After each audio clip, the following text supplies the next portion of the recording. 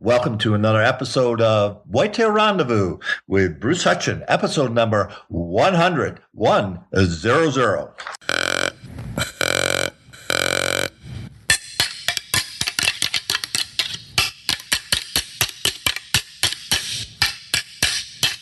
Welcome to Whitetail Rendezvous Podcast, where it is all about whitetail deer hunting tips, techniques, and the stories so you can become a more successful whitetail deer hunter. And now your host, Bruce Hutchin. Andy Cochran joins us today, who is the founder and CEO of Blood and Bones Outdoors. Blood and Bones Outdoors was formed in 2015 for the purpose of providing mentorship to veterans, their communities, while rekindling the outdoor spirit. Hunting has been a passion of mine, but also a means of survival in one way or another for my entire life. I figured if I was wounded and retired from the Army, I needed to continue my service to my brothers and sisters by combining what I love, hunting, with those I love the dearest, my service members. So I began working with veterans and their families. I was literally in the woods on a deer hunt a winter ago, all alone with my thoughts at a very dark time in my life. And I thought, if hunting makes me feel at ease and peace with my fears and war experiences, why couldn't it be beneficial to other veterans? Welcome to another episode of Whitetail Rendezvous. I'm privileged to have Andy Cochran, founder and CEO of Blood and Bones Outdoors. Andy is a veteran of the United States Army, and he's doing a great work to assist veterans to integrate in the community, but more important than that, he's helping them get back into the hunting community. Andy, welcome to the show. Thank you. Glad to be here. Hey, let's just kick it off right from the top. Share with the listeners what you're doing at Blood and Bones Outdoors. All right. Well, basically what we're doing is we're taking combat veterans and creating staff positions in my organization. Everybody that's on staff, all the way from myself down to guides, they're all veterans, either that or they're Gold Star family members, and what that is family members of deceased veterans. And we're just creating networks, and we're educating communities around our area and spreading out to a lot of other areas of military bases, and just trying to teach people that it's okay that these guys are changed when they come back, and we're just trying to put a positive spin on it. And also we're just trying to reach out to the veterans too, to just let them know, like, hey, there are people out here that care, and it's kind of a good niche because, it's veterans helping veterans. And, as a veteran myself, I understand that, sometimes there's things that a civilian may not understand, and they, tend to be more apt to talk to another veteran about problems. And our hopes is that we limit some of these bad things, the suicide. There's 22 veterans a day that kill themselves every year in America, and there's a big initiative on that. And then we're trying to limit the suicides and the substance abuse and different things. If I can just take a guy just right down the road and fish for 30 minutes, or take a guy over to Canada to bear hunt, that they're both just good to me, because it's about the hunting, but it's also about the mentorship and the bond that we have forever. Let's just jump right into the hunting aspect and how you see that being a tool to help these men and ladies become part of our community again. Well, I can tell you that there are a lot of people in our country that really care about our veterans, and there are a lot of communities that really want to get involved. But it's like some people just don't know how to go about doing it, and people have preconceived notions of how a veteran's supposed to be, based on trends of previous wars and rumors and hearsay or whatever. But when you get a guy together with with his or lady together with their civilian counterpart, and you get them out and you get them hunting. You know, I mean, whether they want to or not, over the hunt, they're going to create some sort of a bond, and you know, they're going to talk. And you know, for me, you know, how this whole thing started is, you know, I was in a real bad place. I mean, I had some issues. I had a lot of things going on. I mean, you know, I was wounded, and then I got out, and I was kind of facing an identity crisis because I was in the Army for 15 years. I joined when I was 18, so it's pretty much, you know, that's my whole adult life minus like 2 years. And it always just made me feel really, really good. It made me feel at peace, and it gave me a purpose. And, you know, in the Army, you know, we'd say that it gave us a mission, but, you know, and even in my darkest times, I still wanted to get up and go hunting and fishing and stuff like that. And I still wanted to be around that community, and you know, the outpour of love and support for veterans and the hunter community is just remarkable. And so I thought, you know, I kind of thought to myself, like, hey, you know, if this makes me feel, you know, the way that I feel, if it gives me a moment of peace, even if it's only for a moment, then, you know, why couldn't it help other veterans? And, you know, the cool thing is that it is, you know, not only do they get to hunt, you know, whether they've been hunting their whole lives or, you know, that's their first trip, you know, I mean, you know as well as I do that every time you go hunting, you're going to learn something new, and you're going to have a new experience. And, you know, every time I'm a big bow hunter, so every time I draw back on a whitetail or a pig or whatever, you know, I still get those shaky, sweaty hands and pounding heart. And so, you know, it just gives these guys something to look forward to, you know, and I know that there are a lot of different hunts that we're doing. There are a lot of different ways that they can get involved, whether they're staff or whether they just want to come out and try it out and go on a trip or whatever. But it seems to be making a positive impact on a lot of folks' lives. I know it's making a huge impact on the lives of my staff and I and our families as well. Let's go back to the little bit you just said. You know, when you're whitetail hunting, you get excited and your heart rate increases. Let's talk about where that hunting tradition or the love for hunting came from.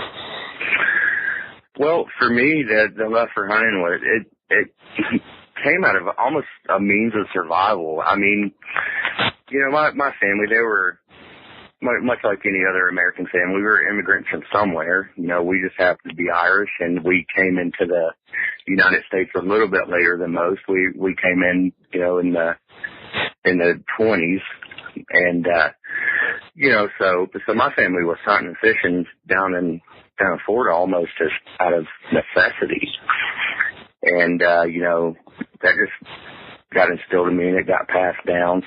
I think one of the biggest influences I've ever had in my life was my grandpa, and you know, he was an avid hunter and fisherman, and you know, this guy, he just knew how to like be one with nature. He respected it. He respected the game. He respected where he was. He always tried to leave a place better than the way he found it. You know, he put in a lot of time and effort into it, you know, and for me, I live a lot more comfortably than they did, you know, so it's not necessarily a means of survival for me now, but, you know, it's for sport, but at the same time it is, because, you know, it's a tradition that is, you know, been handed down to me, and it's being handed down to my son as well, and hopefully he'll hand it down to his son, but, you know, do it the right way, the legal and honest way, and, you know, the respectful way. So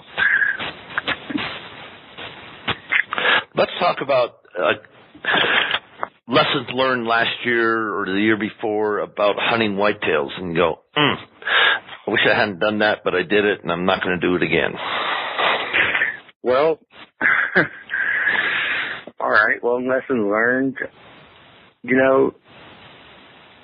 There are a lot of lessons that I could I could put out, but I'm going to tell you. My last day of bow season last year, I had scheduling problems. I was pretty busy, and I wasn't able to get out into the stand till late that day, and I just told myself, I'm just going to hang out and rest up here and stand for a while and just see what happens. And right about an hour before dark, I shot the biggest buck of my life, and for a Missouri buck, it's pretty big. It's, 160 to 180 class. And whoa, wait a minute. That's a big deer anywhere. Don't say Missouri. That's a big deer anywhere. Yeah, and I got extremely lucky, and I feel extremely blessed to be able to harvest that sucker. And I was using. I have this habit of trying to use kind of grassroots company calls and products, because I like to support small companies.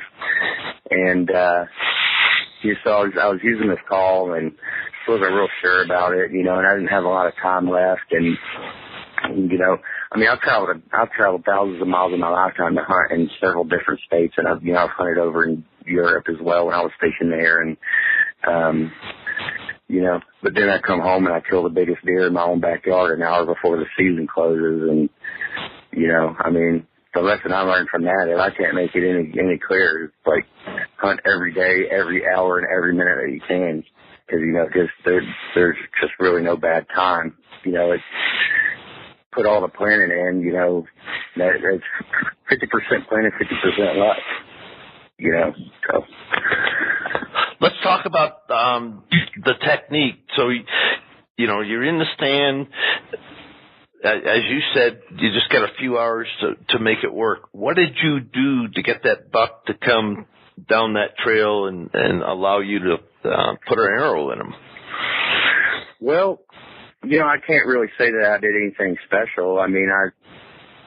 Like I said, I showed up and I was a little deterred because, I didn't have the day, and I was kind of having a bad season. And so I just, before I even got out of my truck, I just told myself, okay, hey, take your time, do it slow. Whatever's going to happen is going to happen. Just try to have control, control your breathing, control your shot, have patience, wait for the deer to come in range. And I think I got him at 27 yards, if I remember correctly, which isn't not a far shot for a bow, especially the bow I'm shooting, but it's a decent shot. And, and it was a very well placed shot. I got him, right in the lung, between the lungs and the heart. And, the qualities, I don't know if I can, I don't know if I can say it any clearer, really. Go with what works. That's the biggest thing. Like I said, I'd been preparing for that one shot the entire year. So there was a lot of things that happened before the stand, but in the stand, it's pretty much just, gave it to God and was like, hey, look, if this is going to work out today, it's, today's the day. I don't have any other time. I'll have to wait until next fall. And, it just turned out, he broke the wood line and turned down a fence line, and I've almost never seen a deer do that here in Missouri. They usually like to hang on the lower 8%. And so it was, I took them and pretty much, I just sat in the stand for 40 minutes after that, just watched the way he ran, and I just, try to control my emotions. Well, you know, like I said, that wasn't my first one. It's definitely not going to be my last one, but it's probably definitely my luckiest deer. Hey, explain to me the lower 8%. I just heard that, and what does that mean? Well, you know, a lower 8% of a ridge line off a hill. Usually up here in Missouri, a lot of deer won't venture up to the top, especially during during that time of the day. They'll kind of skirt the hillsides, and they'll, you know, the lower 8% of the bluff there, and, you know, go around. And that's really all it is. So tell me about your setup, your physical setup. Is it on a field? You mentioned a fence line. How many acres are you hunting? Just tell the listeners what your setup is. Well, you know, this place, it was actually a good friend of mine's property. It hadn't been hunted in a long time, and it was about 150 acres. I mean, it wasn't a huge parcel, but it was, it had almost no pressure. And he was telling me that there's deer coming in and out there. And, you know, I put a bunch of cameras out, and, you know, I put a bunch of minerals out. And, you know, I started getting some nice action on my cameras, you know, at night. I mean, it was mostly all nocturnal, and I'm trying to figure out, you know, like, how am I going to get these things diurnal? And so I started putting out some scents and, some urine scents and different things, and I started getting them in. Basically the stand position that I chose, it is opposite the sun, right on the edge of a corner of a tree line, and it comes out. There's a big field that comes out in almost like a capital L shape. You know, so it's a really nice funnel, and it's got 3 sets of tree lines around it, and then a little body of water. And kind of at the tip of the L, I guess what would be considered the top of the L, is where my buddy has soy and corn planted, as well as pumpkins. You know, he does a pumpkin patch out there every year, and they'll go out and bust them. And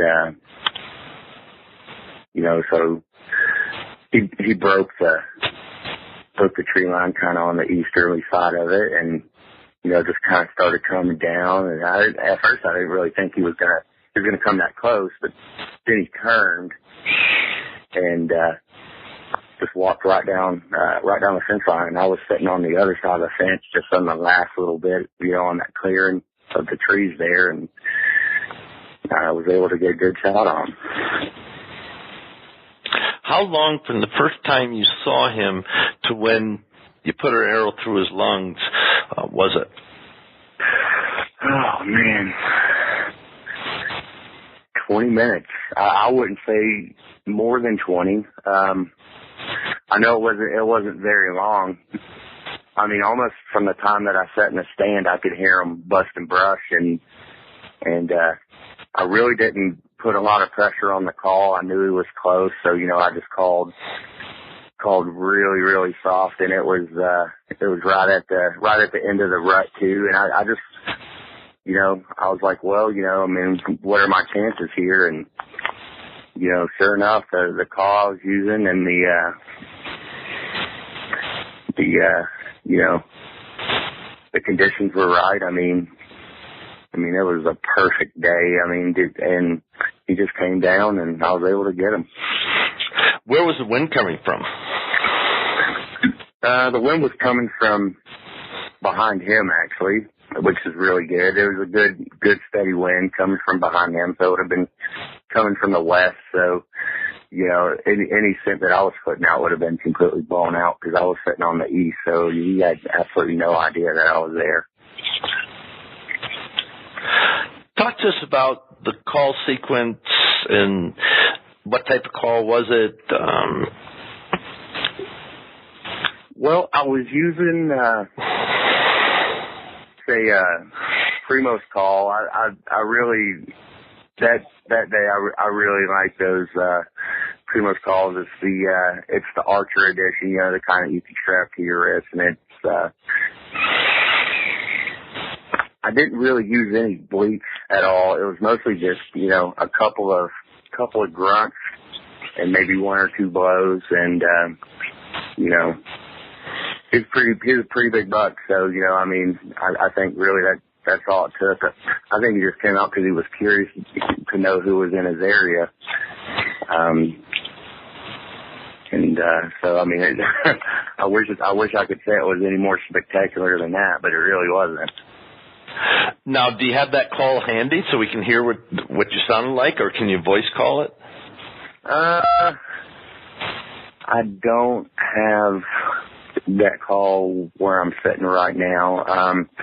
As far as voice calling, you don't ever know what's going to come out if I try to do that. No, like, if he blows, you know, snort wheeze. Yeah, it was, you know, it was like,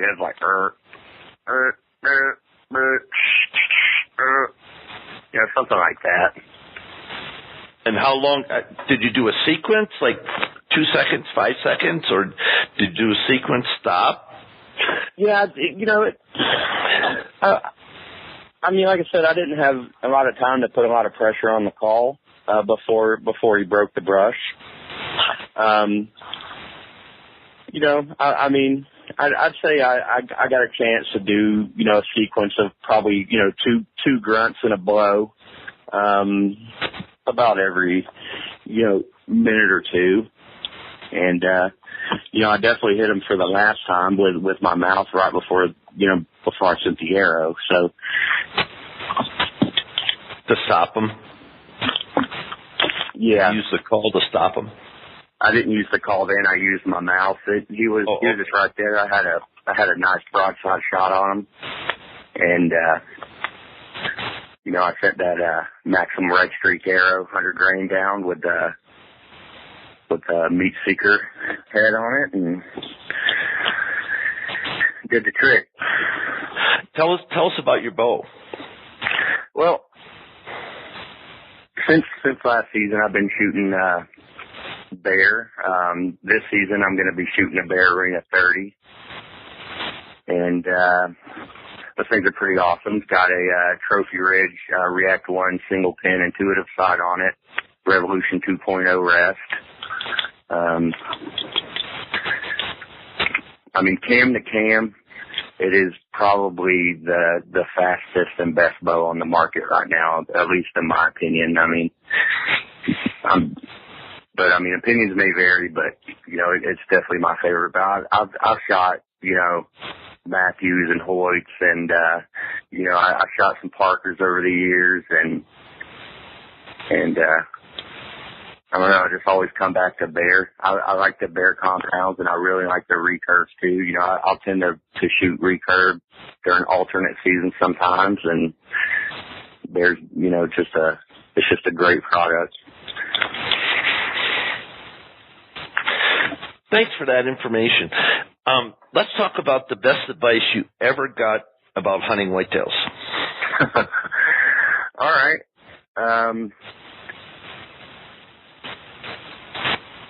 The best advice that I ever got is just simply just to understand the land that I'm on and the game that I'm pursuing. And again, that came from my grandfather, you know, back when I was really, really young. And, you know, how that initiated was he had permanent stands out on his farm, and he had, you know, had a variety of vegetables, fruits planted out there, and you know, I went out pretty much the first time I'd ever hunted by myself, and I went out with a 30-30 in, you know, Florida. The deer aren't real big, and, you know, I just wanted to shoot something. I wanted to, it was really more about making my granddad proud, you know, and so I had that in my head, and I was you know, rushing. You know, I was 10 years old and didn't have a lot of didn't have a lot of work put in. I just picked up the gun, got some shells, and went out, and I mean, looking back, I'd say that the conditions were absolutely perfect. I mean, I was outside of a huge row of corn, and there was soy there, and the sun and the wind were perfect, and it was just a beautiful day. And I see this little doe come out, and I completely overestimated my shot, and range, and I took that shot, and I think from then on my perspective kind of changed a little bit. I finally understood that hunting takes patience, and it takes a lot of work, and it's a year-long event. And it was a great memory for me and my granddad. He always said when he was alive that it really not only that changed the perspective of the way that I wanted to hunt, but it also changed his perspective, because, he was proud. He realized, that even though I didn't get that deer, that doe, he was proud that, that I had the guts to go out and try to, provide, for my family, even at that age. And so from that day forward, he started, working with me and instilling ethics and just, kind of showing me the ropes and everything that it takes to actually be a hunter. We're at the point in the show, Andy, that you get the open mic for a minute or two to give a shout-out to sponsors, to special people in your life, to the companies that make the gear you hunt with, and how people can get a hold of you. I think that, you really want to focus on that. Tell people how they can get a hold of Blood and Bones Outdoors. Okay. Well, first, I first and foremost, I give it up to God. My faith and my belief, it kept me alive, and it's my focal point. And obviously, I want to say thank you to my family, my beautiful wife Sarah, and my two children, for putting up with this obsession. I sometimes maybe she thinks I need to go to hunter's rehab, but she definitely supports me, and she definitely supports what I do with the veterans out there with Blood and Bone Outdoors. And I'd like to say thank you to a couple sponsors. First and foremost, one of our biggest supporters out here where we are, Aaron's Archery in Newburgh, Missouri.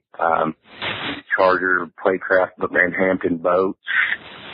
I'd like to say thank you to LTL Acorn. I'd like to say thank you to Bear. I'd like to say thanks to the Gaskin Age Veterans Memorial Campground. I would also like to say thanks to U-Slide Bow Holders. And I would also like to say thanks to Bust the Buck Cover Scent. And I would like to just let everybody know that every one of those companies that I just mentioned, whether you know about them or not, they're all on Facebook, and I don't have their links right in front of me, but you can look them up on Facebook and go give them a like. A lot of them are small local companies, I'll tell you, but you won't get a better product out of it. And as far as getting a hold of us for Blood and Bone Outdoors, everybody's always welcome to call me, whether you're a veteran or just somebody interested in sponsoring, or somebody wanting to come on staff. You can call me at area code 479-790-4328. You can also reach me at bloodandboneoutdoors@gmail.com. That's BLOODAND. Okay, not the ampersand. And you can also reach us at www.facebook.com/battlefields-to-paradise. Andy Cochran, thank you for what you're doing for our veterans of this country, and thank you for your service. And it's been an honor and a privilege to have you part of Whitetail Rendezvous this morning. Yes, sir. It's my pleasure. Thanks for having me on, and go Army, beat Navy. Godspeed, my friend. Thank you, brother. As your host at Whitetail Rendezvous, I want to thank each and every one of you for spending your time with us today. I look forward to sharing with you in the next episode more whitetail hunting tips, techniques, and stories. Until then, keep the sun at your back, The wind in your face, and always be patient. If you have any tips, comments, or suggestions, or what we can do to improve, because we're here to serve you, let us know. Thanks for listening to Whitetail Rendezvous Podcast at www.whitetailrendezvous.com.